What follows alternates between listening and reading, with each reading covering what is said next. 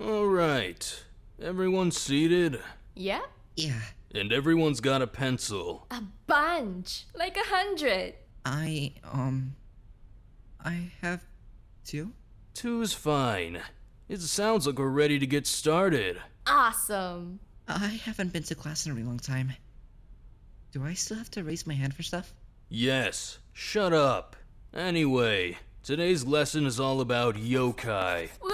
Yokai! Shut up. We're starting off with the Tengu, because they're badass. You can identify a Tengu by a few defining characteristics. First off, they're typically seen as avian. That means they're bird-like. Wings, beaks, that kind of stuff. Nowadays, the beak tends to end up depicted as a long nose that looks a bit more human. But in the beginning, beaks were a staple. Another defining characteristic is the colorization. They've got bright red faces, kind of hard to miss. They tend to dress in a way that's kind of priest-like, specifically in the Yamabushi kind of sense. Tokin, Yuigeisa, that kind of look. In most depictions, they're carrying a shakujo. They've also usually got a feather fan that has some magical abilities of its own.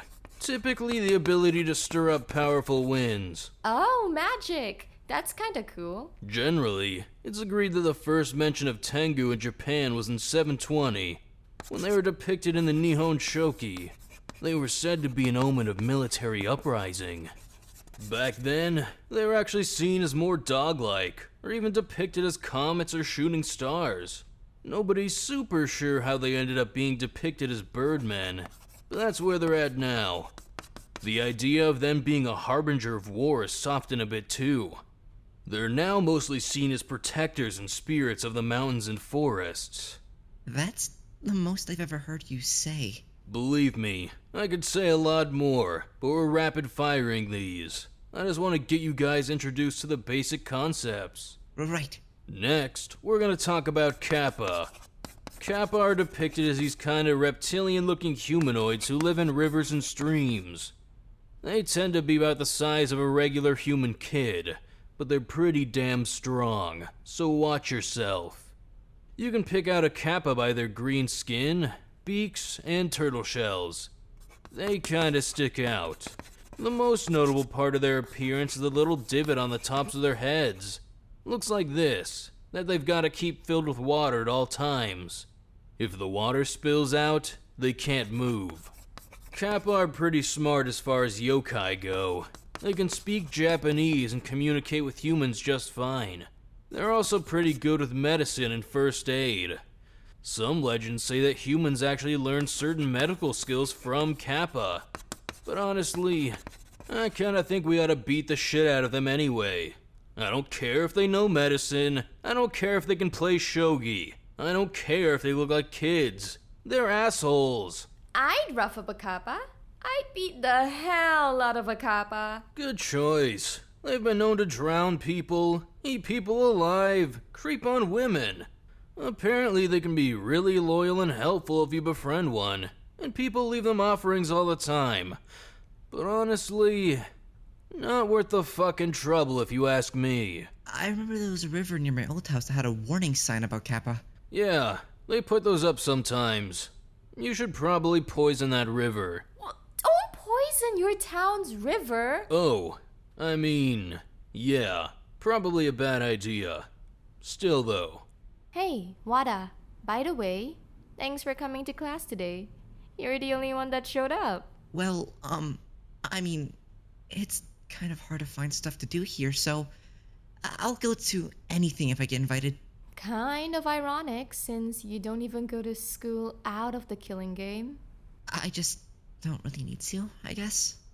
I'm already working, so yeah. Speaking of working, we actually wanted to ask you about something. We did? We definitely did. So, it's been like, I don't know, a week or two now since you left the school stuff. Did you know that? I mean, I really wasn't counting. Cool. But like, have you taken any time to reconsider that idea? Not Really? Totally fine. Let's consider it right now. Huh? We've got a lot of openings available right now. Lots of roles need filling. We need an announcements guy too. I think that'd be a really good position for you. That's what you wanted to do in the first place, right? I mean, it's basically voice acting. That's not really... I mean, that's kind of more like radio, right? The school staff are working hard to rebuild our ranks. We've even got a teacher now. Hi. So, things are gonna be super different this time. You're not gonna wanna miss it. I promise. Please, please, please, please, please, please. Wada. I'm not really comfortable with that. But it's gonna be different this time. I promise. She didn't ruin it forever, right? We can still fix it. It's just me and Hama now. Alright, hold on. We're pausing class for a sec. Yeah, pause. Uh-huh. Listen, I don't know all of what went down with you and Okazaki, but she's gone now.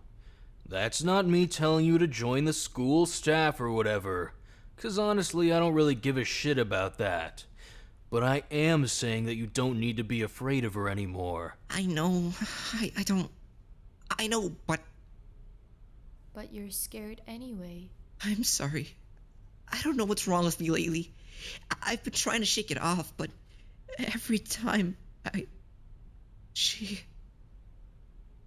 feel like I can't do anything anymore. What do you mean? I mean that I'm broken, and I don't know what to do about it. My head just isn't working right anymore.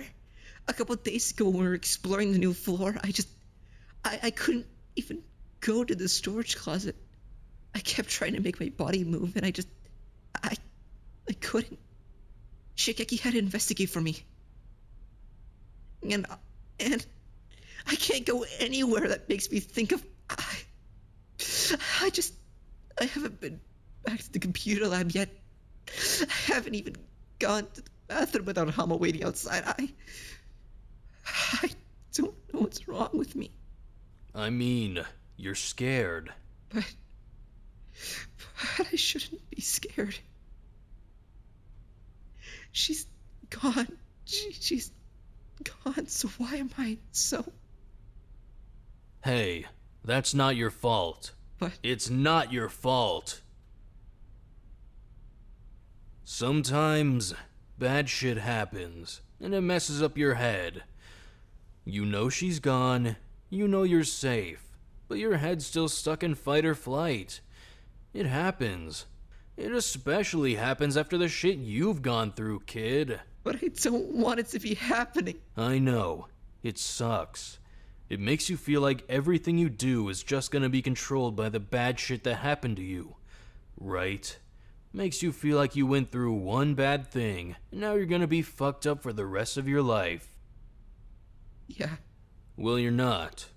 It's not gonna go away, but it's gonna get a little easier to deal with.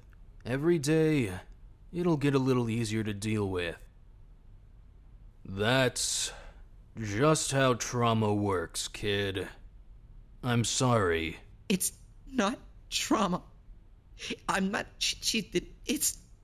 Hey. It can't be trauma. Because if it's trauma, that means it isn't gonna go away.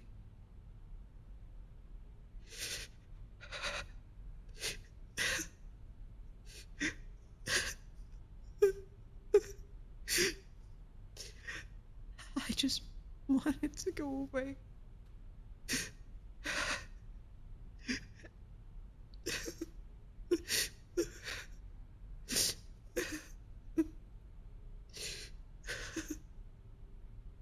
Sorry, I'm not really feeling well today. It's okay. You're okay. You want me to walk you down to the med bay? Bit of a walk. Might help you clear your head a bit. Yeah. Nishi, can you grab his stuff? Right.